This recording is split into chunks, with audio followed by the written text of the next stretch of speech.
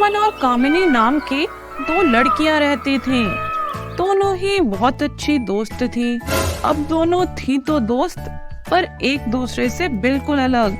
सुमन बहुत ईमानदार लड़की थी और जरूरतमंद लोगों की मदद करती थी। वहीं दूसरी तरफ कामिनी बहुत बदतमीज और मक्कार थी। वो सबका मजाक उड़ाते और दूसरों को परेशान करती। और इतना ही नहीं, कामिनी सुमन को भी परेशान करती, उसका मजाक उड़ाती, पर तब भी वो दोस्त थे। एक दिन सुमन काम से अपने घर की तरफ आ रही थी, तभी उसके पैर के पास एक कागज उड़कर आता है। अरे, ये तो नक्शा लगता है। जब सुमन ने उसको गौर से देखा तो वो बोली, अरे वाह, ये तो किसी खजाने का नक्शा लगता है। इसके हिसाब से एक जंगल आएगा भयानक। उसको पार करने के बाद एक जादुई गुफा आएगी, वहीं खजाना मिलेगा। ये सब देख के सुमन निकल पड़ती है जादुई गुफा के खजाने को ढूंढने। नदी को पार करते ही घना जंगल शुरू हो जाता है। तभी उसको एक आवाज सुनाई देती है, अरे कोई मेरी मदद करो, मुझे कुछ खाने को दे दो, कोई तो मदद करो मेरी। सुमन ये आवाज सुनकर उसकी ओर जाती है। वहाँ एक बूढ़ी औरत बैठी होती है। बेटा, मैंने कई दिन से कुछ नहीं खाया, मुझे कुछ खाने को दे दो। सुमन को उस बूढ़ी औरत पर दया आ जाती है। वो अपनी पोटली से खाना निकालकर उस बूढ़ी औरत को दे देती है। वो ये खाना अपने सफर के लिए लाई थी, पर सारा खाना फटाफट वो बूढ़ी औरत खा लेती है और फिर सुमन आगे की ओर बढ़ जाती है। थोड़ी दूर चलते ही उसको एक शेर मिलता है। उसको किसी ने बांध कर रखा था। सुमन उसको आजाद कर देती है और उसके बाद वो शेर उसको बिना नुकसान पहुंचाए वहां से चला जाता है और सुमन भी गुफा की खोज में आगे बढ़ जाती है। चलते चलते बहुत समय निकल जाता है और आ जाती है वही जादुई गुफा। अरे वाह, मैं तो पहुंच गई। अब फटाफट अंदर जाकर देखती हूँ क्या क्या है इसके अंदर। वो अंदर चली जाती है और अंदर जाते ही वो अलग ही दुनिया में पहुंच जाती है और उसको दिखता है वहाँ बहुत सारा सोना।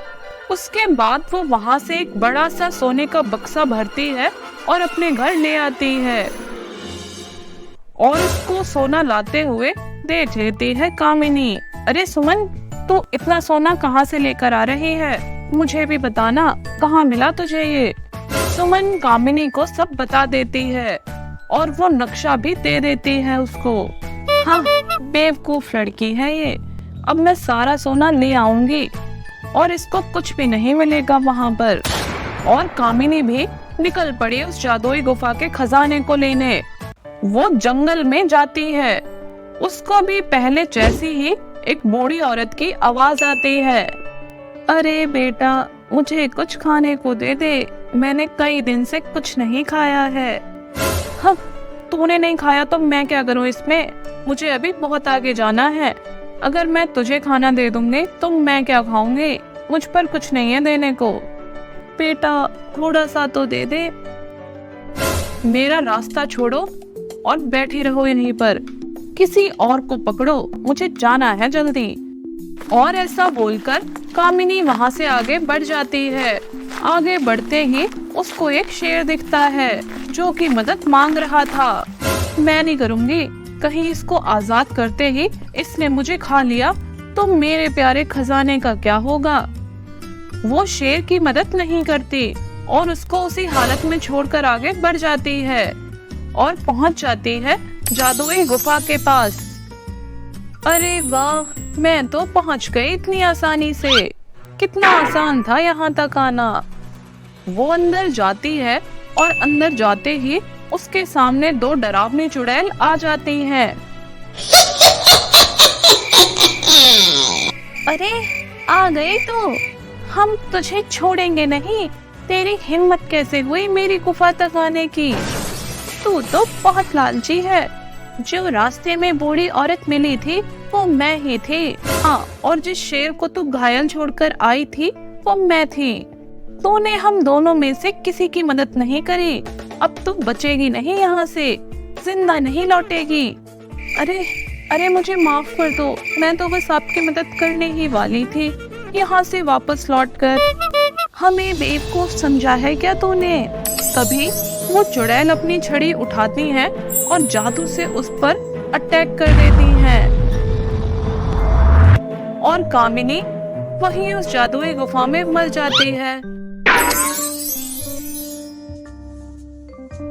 तो दोस्तों, कैसी लगी आपको हमारी आज की ये जादुई गुफा के खजाने की कहानी? हमें कमेंट्स में बताइए और जल्दी से चैनल को सब्सक्राइब कर लो ऐसी ही जादुई और मजेदार कहानियां रोज देखने के लिए।